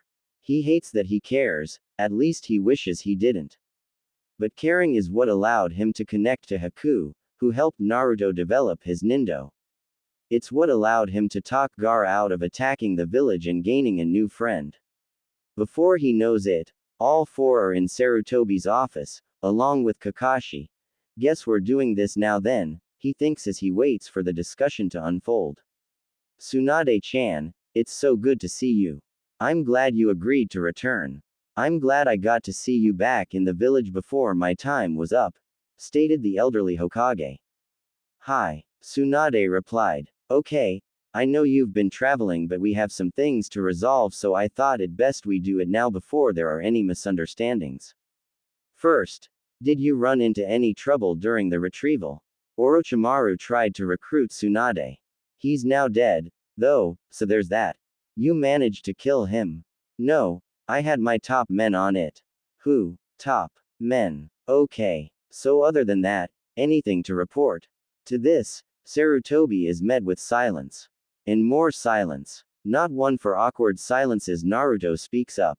Yes, I know who my parents are. I know you slapped a seal on me and had that Yamanaka bastard mess with my memories. I know Kakashi tried to get the Tem to break me psychologically and I know you're one hateful, fearful old man. Startled to say the least, Sarutobi doesn't know how to respond so he tries to deflect. How do you know these things? At least you aren't denying it, so there's that. Oh, I also know you did the same thing to Kushina, my mother, and Minato never knew. I would wonder what he'd do but he orphaned his kid on the day of his birth so I'm leaning towards he'd be fine with it. Village first and all that. Naruto, you need to understand that a shinobi is to have complete loyalty to the village. I could never be sure of that with that thing sealed inside of you. I just never wanted you to fall under its sway. Or you didn't want your scapegoat to have the ability to fight back, to be dependent upon you for protection and strength until you decided otherwise, replied a visibly annoyed Tsunade. It would certainly explain why you ordered me to not train Naruto except for the bare minimum. Sensei, you didn't. Jiraiya, it's not what you think. I couldn't let Naruto increase his abilities without knowing, for certain, that he was loyal to the village above all. The village are you. Damn it. They were right. You wanted him to be your weapon, something no better than a slave. And I helped you do it. I put his life at risk because I trusted you, believed you'd never harm Minato's son. What would you have me do? He's a threat. Why do you all refuse to see it? I see it. Behind those fake smiles and empty boasts, I saw the internal calculations behind his eyes. Cataloging every wrong done to him. How can I have someone that hates the village be put in a position to harm it? I can't make that mistake again. He's not Orochimaru, damn it. You've tortured him and stunted his development because you can't let go of your mistakes. If you were so incapable of letting go of your previous failures, why take the position back for 13 years? That's rich, Tsunade. And who was I to give the position to? You were gone. We needed Jiraiya in the field and no one else short of Danzo had the qualifications. So, it was up to me to keep the village safe. Maybe some of my methods were extreme but no matter how you all feel about it, the suffering of one little boy is not more important than the village. You aren't even sorry. You let my life be hell and you aren't even sorry about it.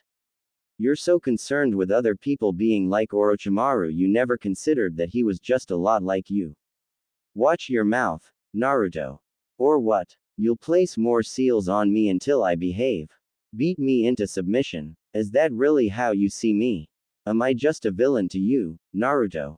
In the background a poorly stifled chuckle is heard. The room turns in collective shock to see Shizune laughing, derisively at the Hokage's question. Is something funny, Shizune? Hi, Hokage-sama. Naruto once said he gets punished for being self-aware and it's just amazing to see it in action. You emotionally tortured the heir of an Hokage because of you couldn't handle your own failures nor bother to control your village. It was easier to let them hate him. It was easier to punish his alleged lack of loyalty. You never questioned if he had reason to remain loyal. You never tried to give him a reason but you demand he make you feel better about doing very little to aid him. Naruto, you don't have to stay here for this, it'll just go in circles. Why not escort me home? Okay, Shizune-san. Oh, and Kakashi-sensei, are you free tomorrow?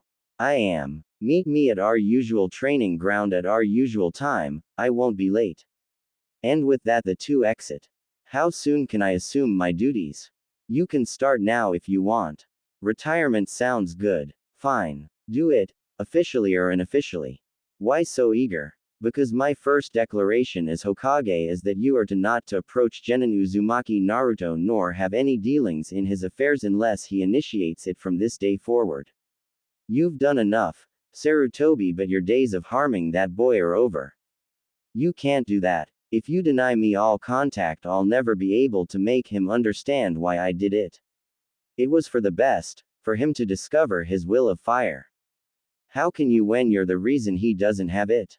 Just stay away from him, give him some peace while I try to undo the damage you've done. Naruto can be a fine shinobi one day if you don't continue to treat him like an enemy. And while we're at it, I'm going to request you stay away from all shinobi matters. I don't know what happened to you, sensei, but I think you need some time away from all of this. So, you're turning your back on me, too. And what about you, Jiraiya? You've always understood I was just doing what any Hokage should. No, not anymore. Following you, blindly, has cost me, and I'm not sure I'll ever recover what I've lost. My belief in you has resulted in the last of my family not trusting me in the slightest. Both Sanin exit the office, leaving a once proud leader looking old and defeated. With an unshed tear he wonders, why can't they see? It was all for the greater good. The next morning finds Naruto waiting at Training Ground 7 for Kakashi. Shockingly, Kakashi showed up 5 minutes after Naruto arrived. Yo! Naruto bristled at the casual greeting, in no mood for Kakashi's usual antics. No offense, sensei, but this has been a shit month, and given what you tried to do during the Chunin exams, I've been sitting on a deep need to punch you in the face. Understandable. So, let me get started. Sandaime-sama ordered me to not train you, after years of not allowing me to adopt you. The only way I saw to show him how absurd he was being was to heighten the contradiction. Did I think Sasuke could break you with the general information I gave him? No, not at all. Did I think the little psycho would try to kill you with my Chidori? No, I only wanted to point out how careless he was being with your life in a way he'd understand. The thing neither of us predicted is the very thing none of us can, you. An explosive ceiling array on a kunai. Who does that, you little maniac? Seemed like a good idea at the time. Naruto said with a shrug. Why didn't he let you adopt me? You're nominally part of a clan but not a major one, no offense.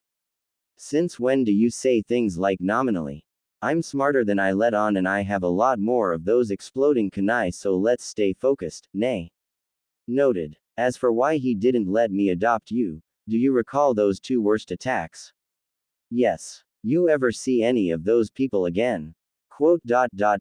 No. Nor would you have. Sandaime was concerned about how I'd react to your mistreatment.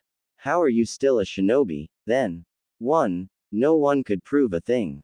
2. Even if they could, I'm a borderline S-ranked shinobi. Every village has special rules for shinobi like me. How do you think Tsunade and Jiraiya were allowed to be out of the village for so long? Oh, and don't buy Jiraiya's bullshit about his spy network. No other major village's spymaster runs their network like that. The Hokage allowed it because it's better to do so than have them labeled as missing nin and turn on us. Okay, so a lot of my dissatisfaction can be placed on Sarutobi, as if I need more reason to hate the old monkey. I can accept this. Naruto replies before narrowing his eyes. However, you tried to use Hinata against me. Even if Sasuke didn't know who or what he was referencing, I did, and I don't appreciate you doing it, even to prove a point to Sarutobi. May have went too far, but that play was meant for an audience of 1. Had to press it because Sandaime-sama is hard-headed. Okay, but I'd request you never do that again. Shouldn't be a problem. By the way, what is up with you two? We're just friends, pervert. Sure. Sure. Kakashi replies, giving his trademark eye smile. Anyway, I know Danzo trained you between the finals, but I didn't get to see in what, nor would he tell me. Mind showing me so I can get an idea on your skills? Sure. Naruto said before creating a dozen shadow clones. 6 surround Kakashi and start to blur through hand signs, shouting in unison, Earth style, Earth wall. Kakashi smirks as the walls reach 12 feet high. As soon as the jutsu is completed, 4 of the remaining clones appear on top of the walls, preparing their own jutsu, water style, wild water wave, overloading the technique with chakra until the clones dispersed. 2 nature releases. Impressive. Kakashi thinks while dodging the brunt of the water attack. Now the real Naruto and the 2 clones that hung back appear atop of the ear walls, wind style, drilling air bullets, all called out, forcing Kakashi to dodge and try to escape, but when Kakashi starts to climb the mud wall he feels 2 hands start to pull him into the wall. Impressive, Kakashi thought, having never considered using the double suicide decapitation technique in such a way. Just as Kakashi finished his thought he saw earth dragons emerge from the remaining walls. Earth style, earth dragon bullet, could faintly be heard outside the walls. In the last second Kakashi pulls off a replacement with a log. Darting back to Naruto he sees him and 2 other clones running through an extended series of hand signs and immediately stops in disbelief. Water style, water dragon jutsu, and Kakashi is again impressed with the 3 water dragons headed in his direction. He performs another replacement and decides to up his level. Darting to the clones he dodges a mudflow river and proceeds to take out the clones before finally kicking the real Naruto off the earth wall trap. However, when Kakashi looks down he sees a kunai embedded in the wall and does another replacement right before it exploded. The spar went on for another 20 minutes before it stopped. Naruto was left exhausted on the ground, panting, sweating and bruised. Kakashi looked no worse for wear but clearly impressed at how far Naruto managed to progress in a month's time with a dedicated sensei. I think we can call it for the day. Give me a few days to come up with a training regimen and we'll hit the ground running. But understand, I plan to train you into the ground. Endure it and you'll be a better ninja for it. Gotcha sensei. And with that Kakashi shunshuns away. Grumbling about bastard senseis, Naruto gets up and leaves the training ground. Kakashi emerges in the Hokage's office and greets Tsunade. Kakashi, I won't waste your time so let's get to it. Do you think you could get him ready in 6 months' time? Tsunade-sama, I believe I could have him more than ready by then. 3 elemental releases in a genin, especially one without a bloodline limit, is unheard of. Considering he did it in a month with virtually no one knowing, and I'd say making him Anbu ready won't be difficult at all. I should be able to iron out his taijutsu and start on some rudimentary kenjutsu training. Good. And what about your other student? What about her? Kakashi thinks. I don't know Tsunade-sama. I've tried to get her interested in training. I hoped after the Chunin exams and the invasion she'd be ready to go, but she does the bare minimum and I get annoyed because I know there is a pupil out there that would love to have a focused sensei, so I leave her to it. And if she can't find her motivation she might be a decent mednin, but honestly I don't know. She's taken the death of Sasuke hard, which was expected, but she's essentially given up. Okay, I'll get her into the mednin program and we'll go from there. That means it'll mostly be you and Naruto. I'll assign Anbu to run missions with you guys. We need to get him as strong and experienced as fast as possible. Kakashi, do not fail me. Hi, Hokage-sama, Kakashi says and then exits the office. Meanwhile we find Naruto at his home away from home, whispering sweet nothings to his first love. Oh, how I have missed you. Thanks, Naruto, we've missed you as well. I'm talking to the ramen, Ayame-chan. So, you want that to be your last bowl? Sputtering, Naruto tries to recover but fails miserably, leaving Ayame to laugh at the poor knucklehead. As Naruto dives, a fellow ninja sits in the seat next to him. Whiskers, the girl says. Buns, he replies. Shrimp, panda. The two remain silent for several moments, eyeing each other incredulously before both start laughing. Where have you been? I haven't seen you since before the invasion. I know, I'm sorry. Jiraiya took me on a mission the next day. Speaking of which, you should be nice to me given you're about to fall madly in love with me and forget all about that tight-ass Neji. PFF'd. First of all, I'd never fall in love with someone shorter than me. Secondly, who says I have a thing for Neji? Besides, I'm not your type, she said in a huff. It's just so obvious. You're all like, Neji-kun can't be beat. His unnaturally tight makes his Jukin more powerful than anyone's. It's a shame, you'd really want to know. I was even considering introducing you to. Choosing to ignore Naruto implying she was a fangirl, Tenten asks, oh, and who is this mystery person? Oh, just Tsunade Senju, the Godime Hokage. Naruto, if this is a prank you know I'll hurt you, right? Like, I'll just hurt you, it'll be my new job. I know and I'm not. She's who we had to bring back and she's pretty cool. The two old friends continued to discuss Naruto's mission and what Tenten had been up to since the invasion until they parted ways agreeing to meet up sometime soon for a training session. Naruto made his way back to his apartment for a much-deserved nap. A few hours later, Naruto was awoken by a knock at his door. Scurrying to the door he was greeted by an Anbu. Uzumaki-san, the Hokage has requested your presence. Okay, I'll be there as soon as I freshen up, thank you Neko-san, and with a curt nod the Anbu officer shushined away. Quickly hopping into the shower, Naruto wonders what Tsunade-sama could want. After exiting the shower, Naruto used a lower power wind jutsu to dry himself off, got changed into a black shirt with a red Uzumaki spiral at the center of the front, some black shinobi pants and black shinobi sandals, then ran to Hokage Tower. 10 minutes and one knock on a door later and Naruto found himself standing in front of the newly appointed Hokage, along with Kakashi, Danzo and Jiraiya. Hello, Hokage-sama, you summoned me. Yes, Naruto, I wanted to discuss a few things with you. First, would be your actions during the invasion. Sarutobi-sama did a thorough review of the actions taken by every Chunin hopeful since the exam was ruined. According to reports, you provided dozens of shadow clones, mostly focused on getting civilians and academy students to shelter. One report stated that while you were concerned you would be a target for friendly fire, you followed the orders of your superiors and helped one in direct combat, killing 10 combatants and injuring many more. She also states that you demonstrated a proficiency with wind, water, and earth-style ninjutsu. Due to these reports and actions above and beyond the responsibilities of a genin, Uzumaki Naruto I, Tsunade Senju the Godime Hokage award you the rank of Chunin. Naruto was speechless. Of all the reasons he thought he could be called here, gaining a promotion was not one of them. Everyone in the room sees his surprise and all smile. Now, Naruto, you've earned this rank, but things will only get more difficult from here.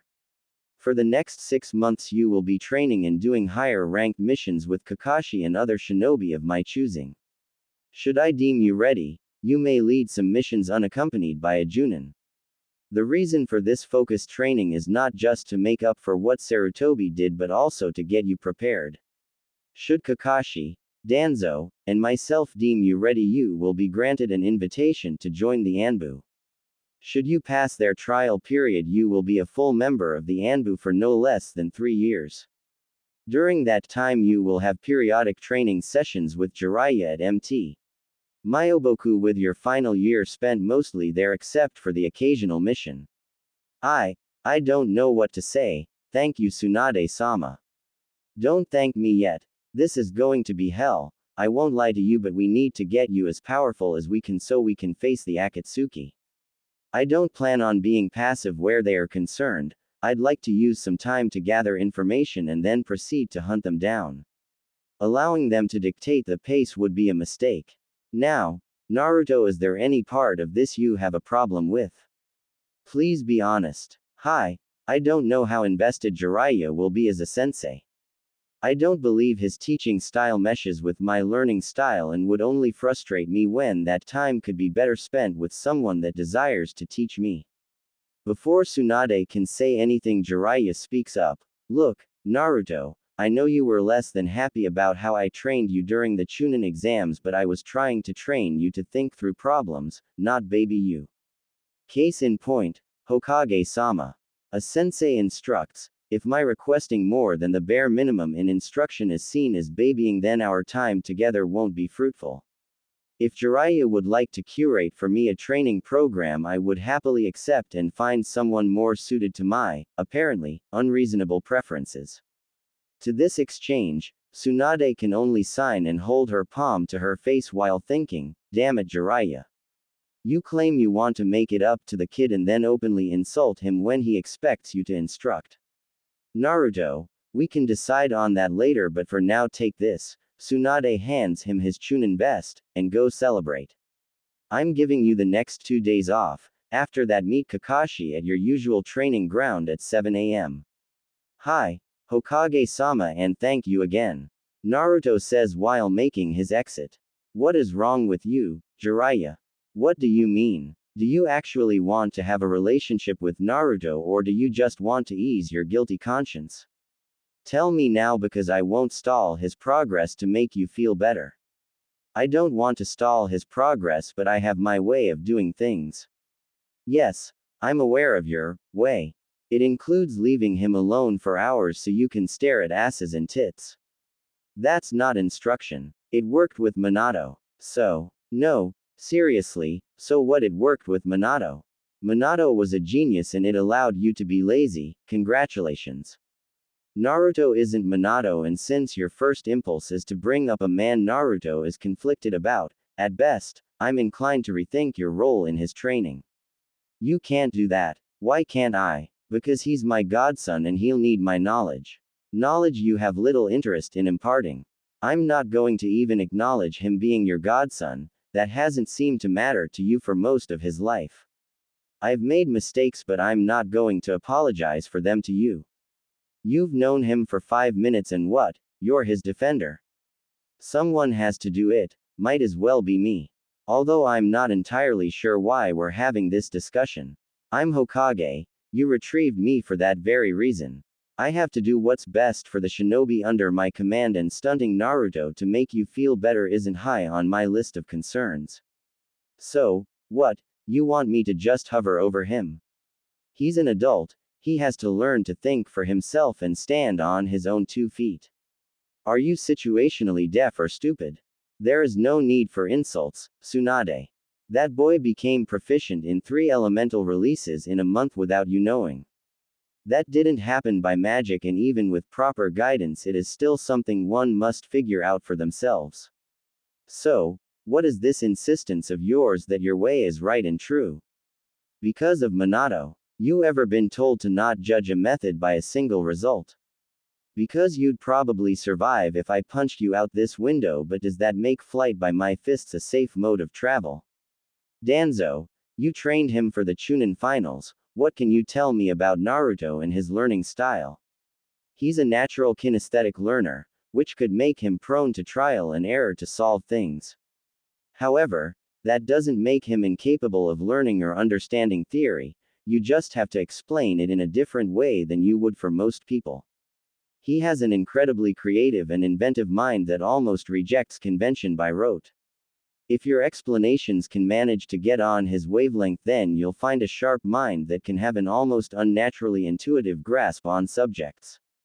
Admittedly, it took me a few days to get used to it, but once I did, he made incredible gains. Could you give us an example? Yes, Tsunade-sama. He was having trouble with the first exercise for wind release manipulation, but with his determination he would just try to power through. I asked him to stop and take a break so we can try to work through it a different way. So, we talked, for about 10 minutes. Near the end he asked me how it felt to mold wind chakra. Admittedly, I had no response. I'm an experienced wind user, so I don't think about how it physically feels to do so. So he handed me a leaf to do the exercise. Once I described not how I thought about molding the chakra but what it physically felt like. A light bulb went off. He had the exercise completed no more than an hour later. He had the first exercises of both water and earth done within the next day. Once I likened the theory to something tangible, that each nature release feels differently. He was able to take that idea and apply it to the needs of other exercises. Once he established a feel for the nature release, molding the chakra for the jutsu seemed almost too easy for him.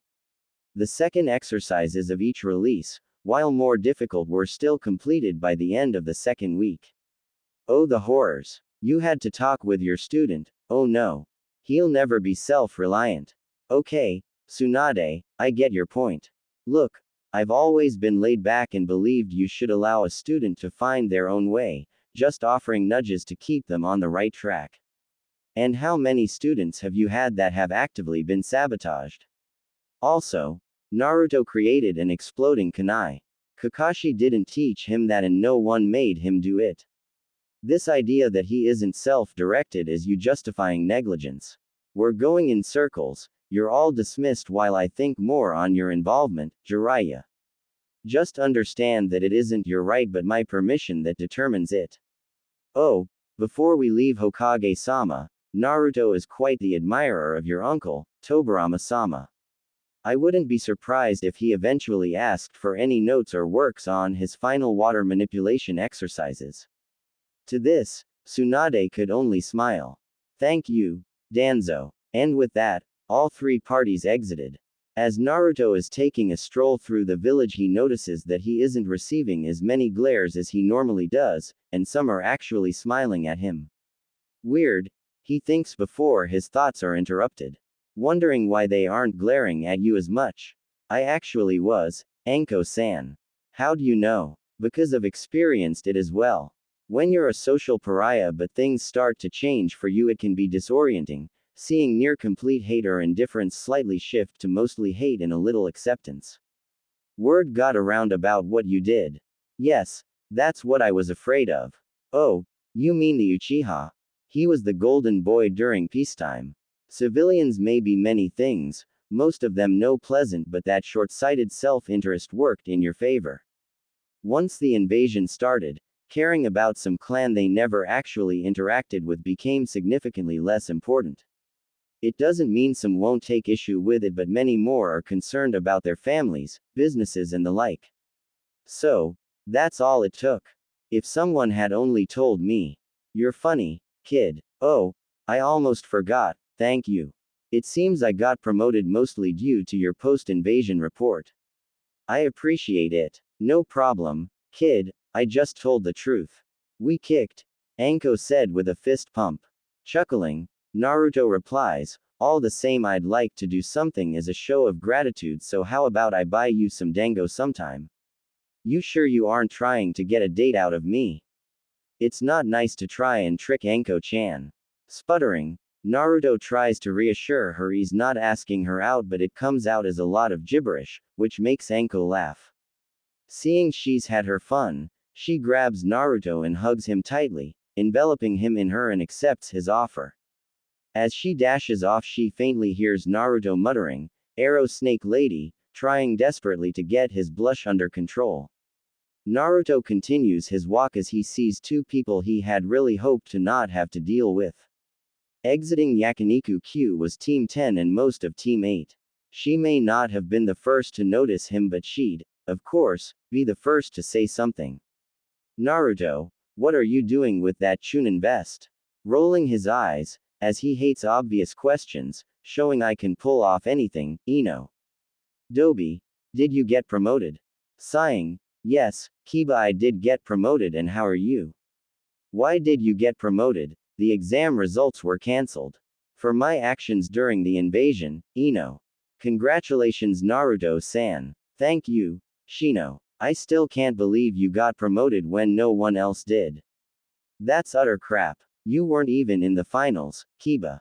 Why are you so emotionally invested in this? Because you're the dead last. God, you're useless.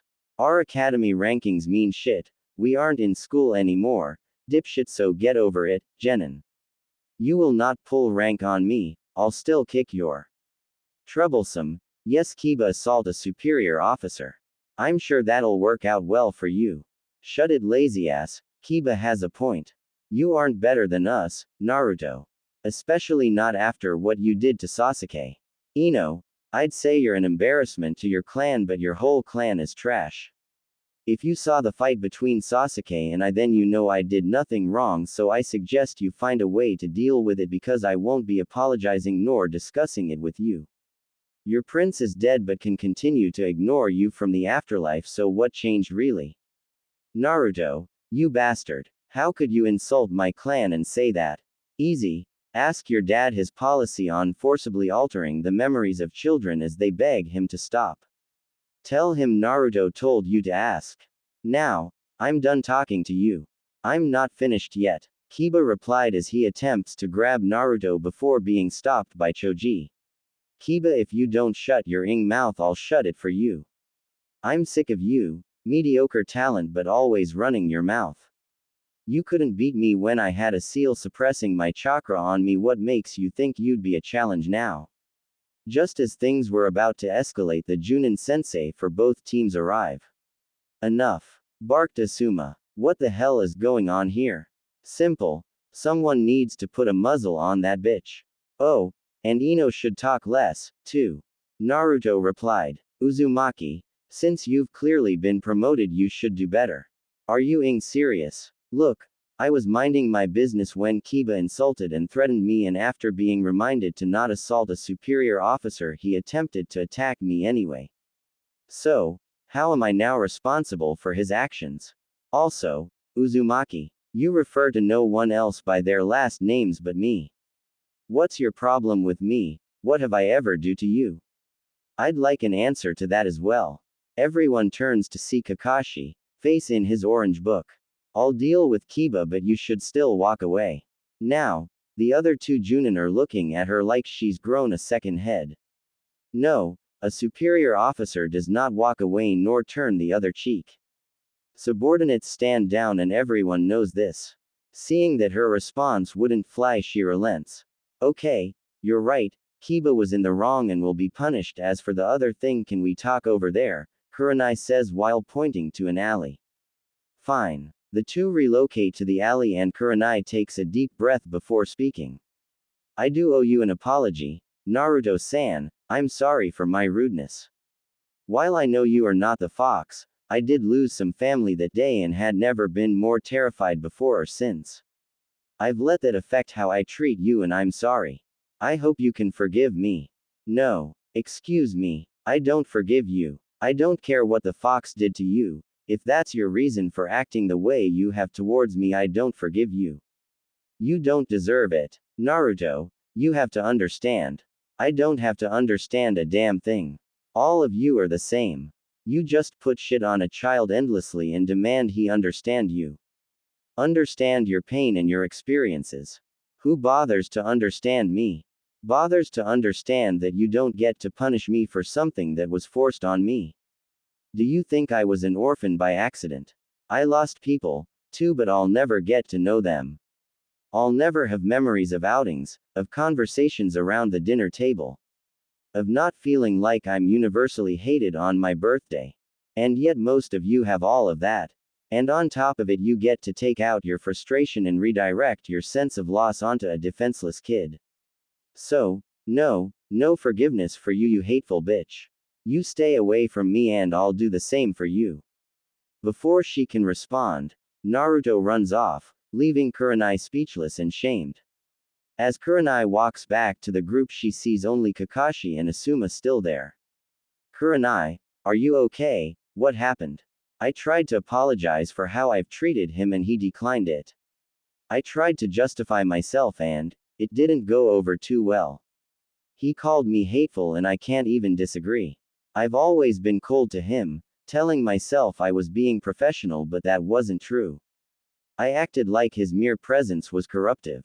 Kakashi, I'm sorry. I never considered how I'm just one of many, how my actions don't occur in a vacuum. I hope he can forgive me one day, as I will do better. Honestly, Kurenai, I don't know. He may have just been keyed up and let his temper get away from him, but once he cools down, things may change.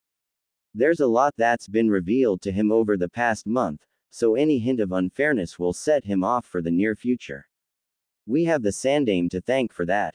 What did my dad do? I thought he and Naruto were close. Fighting back a scoff, Kakashi answers, Asuma, you should really talk to him about the decisions he's made. Naruto didn't have to be an orphan, nor did his skills have to languish as they have. What Sasuke said at the exams was true. Teachers did actively sabotage him at the academy, but the rest was the doing of your father. If you ask and he won't tell you, I will. But in the meantime, you both need to get your genins in line. Trust me when I say none of them individually are a match for Naruto, and the next time one attacks him, he'll know he has my permission to zealously defend himself.